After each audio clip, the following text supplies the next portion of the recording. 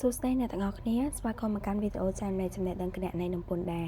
នៅក្នុងថ្ងៃនេះខ្ញុំលើកយកប្រធានបទថ្មីមួយដែលចង់ចែករំលែកជាមួយអ្នកទាំងអស់គ្នាដែលប្រធានបទយើងនោះគឺហេតុអ្វីក្រុមហ៊ុននៅតែអាចមានបញ្ហារបាយការណ៍ហិរញ្ញវត្ថុទោះបីជាគាត់ប្រើប្រាស់សេវាកម្មគណនេយ្យពីក្រុមហ៊ុនដែលមានវិជ្ជាជីវៈហើយក៏ដោយ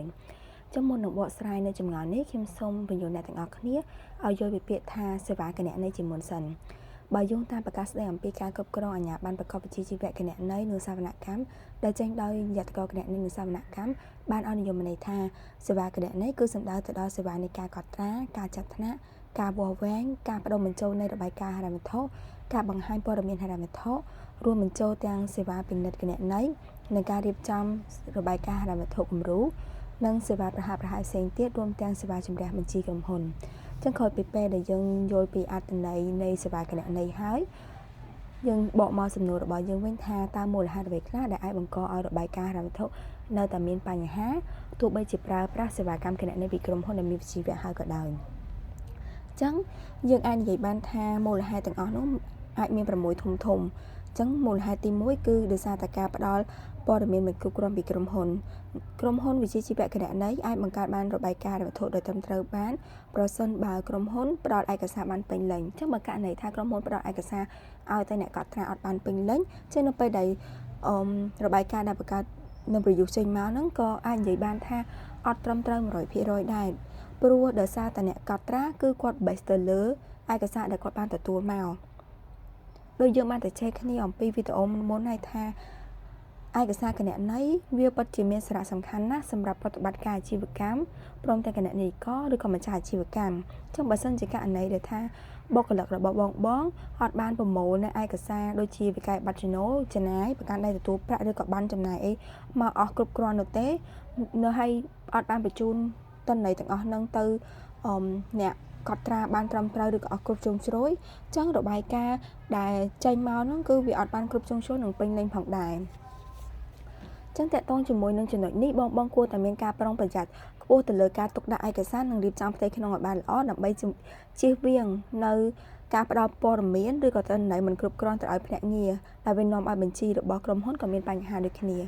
ចូលដល់ចំណុចទី2ហ្នឹងគឺការទំនាក់ទំនងមិនសូវមានប្រសិទ្ធភាពគឺទំនាក់ទំនងរវាងក្រុមហ៊ុនជាមួយនឹងភ្នាក់ងារឬក៏អ្នកដែលកត់ត្រាបញ្ជីនឹងជាដើមអញ្ចឹងភ្នាក់ងារគាត់គឺជាអ្នកផ្ដល់សេវាមែនប៉ុន្តែមិនមែនមានន័យថាគាត់យល់ពីអាជីវកម្មរបស់បងទាំងអស់នោះទេអញ្ចឹងពេលខ្លះតែតែមានការសួរសំណួរឬក៏សួរទៅលើ nature នៃចំណាយឬក៏ប្រតិបត្តិការមួយចំនួនហើយដើម្បីឲ្យគាត់បានយល់ច្បាស់គាត់ចាត់ថ្នាក់ទៅលើប្រភេទគណនេយ្យនៅក្នុង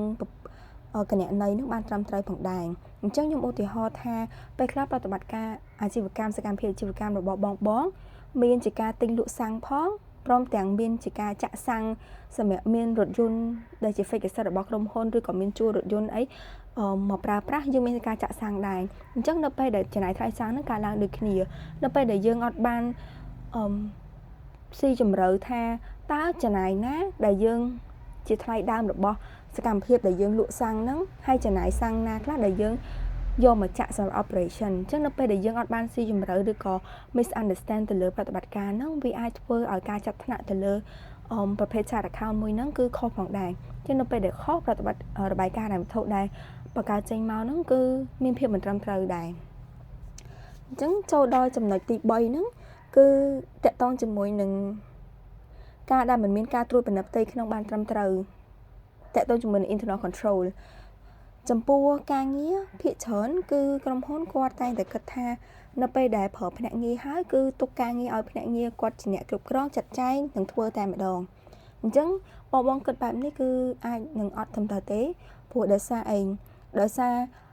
មុននឹងការផ្ដល់មិនថាផ្ដល់ព័ត៌មានឬក៏អីផ្សេងៗទេតតែខាងក្នុងគាត់បានរៀបចំបានត្រឹមត្រូវឬក៏បានត្រួតពិនិត្យ verify ច្បាស់លាស់ហើយបានគាត់ផ្ញើមក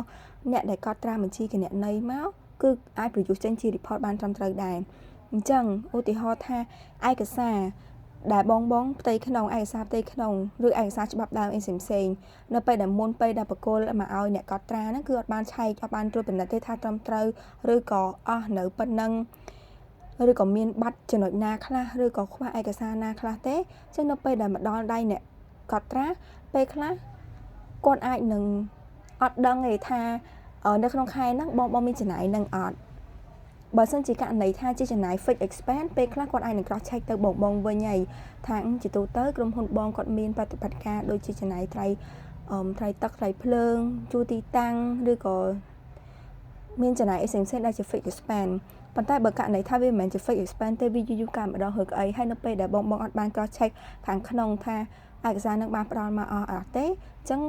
គាត់ដែលជាអ្នកកត់ត្រាគាត់អាចនឹងអត់ដឹងដែរគាត់ដឹងថាមានចំណាយនឹងកើតឡើងអញ្ចឹងស្នើសុំឲ្យក្រុមហ៊ុនតើតាមានការត្រួតពិនិត្យផ្ទៃក្នុងឲ្យបានត្រឹមត្រូវសិនមុននឹងផ្ដល់ឯកសារមកដើម្បីជៀសវាងនៃការ produce ជា report មកមានចន្លោះខ្វះខាតចូលដល់ចំណុចទី4ហ្នឹងគឺការជ្រើសរើសដៃគូសេវាកម្មមិនបានត្រឹមត្រូវអញ្ចឹងភាគច្រើនគឺបងគាត់តែងតែ focus ទៅលើតម្លៃគាត់តែងតែអ្វីដែលគាត់សួរមុនគេគឺគាត់សួរថាតម្លៃប៉ុន្មានសេវាកម្មអូនតម្លៃប៉ុន្មានមួយខែប៉ុន្មានអីប៉ុន្មានអញ្ចឹងបងកន្លែងហ្នឹងបងត្រូវគិតថាគ្រប់យ៉ាងវាមាន costing ហើយអញ្ចឹងនៅពេលដែលក្រុមហ៊ុនឬក៏អ្នកដែលផ្ដល់សេវាកម្មឲ្យបងហ្នឹងគាត់ឆាយបងរៀងធូរចឹងអាចមកពីថ្លៃដើមគាត់ក៏រៀងធូរដែរបានគាត់អាចផ្ដល់ជាមួយនឹង offer តម្លៃប៉ុណ្ណឹងឲ្យបងបានអញ្ចឹងតើតងជាមួយនឹងចំណុចនេះគឺបងត្រូវតែ check ឲ្យបានច្បាស់លាស់ថាគុណភាពព្រមទាំងតម្លៃយើងគួរតែដើរទន្ទឹមគ្នាទៅព្រោះដោយសារអីដោយសារករណីថាបើសិនជាបងរកបានតម្លៃធូរក៏ is okay ហើយបានគុណភាពល្អទៀត is okay it's fine វា the best ហើយប៉ុន្តែបើករណីថាយើងពិបាករកព្រោះដោយសារអី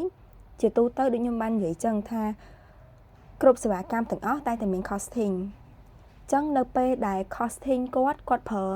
អ្នកដែលមានបទពិសោធន៍ខ្ពស់បទពិសោធន៍ច្រើនឆ្នាំយកមកធ្វើការងារហ្នឹងអញ្ចឹង costing របស់គាត់គឺអត់អាចដូចជាមួយនឹងlevel ធំដូចថារៀនចប់ពី2ឆ្នាំអញ្ចឹងទៅគាត់ចេញមកធ្វើការអញ្ចឹងទៅcosting ក៏រៀងធូរទៅតាមហ្នឹងតែអ្នកដែលមានបទពិសោធន៍ 4-10 ឆ្នាំឡើងទៅគាត់មានជំនាញទៅលើរឿងហ្នឹងគឺតម្លៃក៏ខុសគ្នាទៅតាមហ្នឹងអញ្ចឹងខ្ញុំចង់ឲ្យបងពិនិត្យមើលហើយនឹងវាយតម្លៃក្នុងការជ្រើសរើសដៃគូឲ្យបានត្រឹមត្រូវព្រោះយើងអត់អាច focus ទៅលើតម្លៃតែមួយមុខឬក៏អត់បានគិតទៅលើគុណភាពទេពីរហ្នឹងគួរតែដើរទន្ទឹមគ្នាហើយចំពោះដល់ចំណុចទី5ហ្នឹងគឺកំហុសនៃការបញ្ចូលទិន្នន័យអញ្ចឹងកំហុសនៃការបញ្ចូលទិន្នន័យហ្នឹងគឺវាអាចនិយាយបានថាជា data entry error ព្រោះពេលខ្លះការបញ្ចូលទិន្នន័យហ្នឹងវាមានការខ្វះខាតឬក៏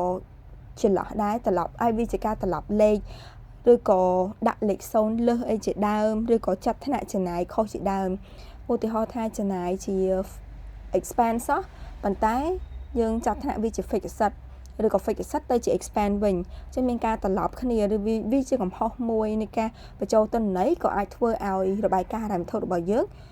មាន error ផងដែរអញ្ចឹងចូលដល់ចំណុចទី6ហ្នឹងគឺយើងទៅចែកគ្នាគឺមូលហេតុដែល final review ហ្នឹងហើយគឺការត្រួតពិនិត្យចុងក្រោយអញ្ចឹងក្រុមហ៊ុនភាគច្រើនគាត់ទុកចិត្តឲ្យតែភ្នាក់ងារគាត់ធ្វើហើយនៅពេលដែលភ្នាក់ងារធ្វើហើយគឺគាត់អត់បាន verify ទេអត់បាន verify ថារបាយការណ៍ហ្នឹងពិតជាត្រឹមត្រូវទៅតាមស្របតាមស្ថានភាពពិតរបស់គាត់អត់ចំណូលរបស់គាត់មានភាពចម្លែកឬក៏មិនប្រក្រតីកន្លែងណាអត់ឬក៏ស្តុកទំនិញរបស់គាត់ហ្នឹងទឹកប្រាក់ត្រឹមត្រូវអត់ IRAP ឬក៏ fixed asset របស់គាត់ផ្សេងហ្នឹងគឺត្រឹមត្រូវទៅតាមទិន្នន័យរបស់គាត់អត់គឺពេលខ្លះគាត់អត់បាន verify ចំណុចហ្នឹងអញ្ចឹងនៅពេលដែលគាត់បាន verify ចំណុចហ្នឹងរបាយការណ៍ដែលចេញទៅហ្នឹងគឺវាអត់ត្រឹមត្រូវដូចគ្នាអញ្ចឹងសរុបសេចក្តីមកដើម្បីកាត់បន្ថយនៅការ error ទៅលើរបាយការណ៍ហិរញ្ញវត្ថុហ្នឹងតើតែបងចូលរួមក្នុងការផ្ដល់ឯកសារបានពេញលេញនឹងទាន់ពេលវេលាមានការប្រស័យតាក់ទងជាមួយនឹងភ្នាក់ងារជាប្រចាំហើយត្រូវមានប្រព័ន្ធ internal control ជាមូលដ្ឋានដែរបានថាយើងត្រូវ strong internal control របស់យើងដែរនិងស្នើសុំឲ្យជ្រើសរើសភ្នាក់ងារដែលមានបទពិសោធន៍និងឯកទេសព្រមទាំងចូលរួមពិនិត្យរបាយការណ៍ហិរញ្ញវត្ថុជាប្រចាំផងដែរសម្រាប់ការចែករំលែកវីដេអូរបស់ខ្ញុំថ្ងៃនេះក៏បានដល់ទីបញ្ចប់ហើយសង្ឃឹមថាបងទាំងអស់គ្នាទទួលបាននូវចំណេះដឹងអំពីគណនេយ្យនិងពន្ធដារនិងអាចជួយបងយល់បានកាន់តែច្បាស់និងអាចអនុវត្តបានជាក់ស្ដែងប្រសិនបើមានចម្ងល់ឬបញ្ហាអ្វីទាក់ទងនឹងគណនេយ្យនិងពន្ធដារសូមទុកមតិយោបល់ខាងក្រោម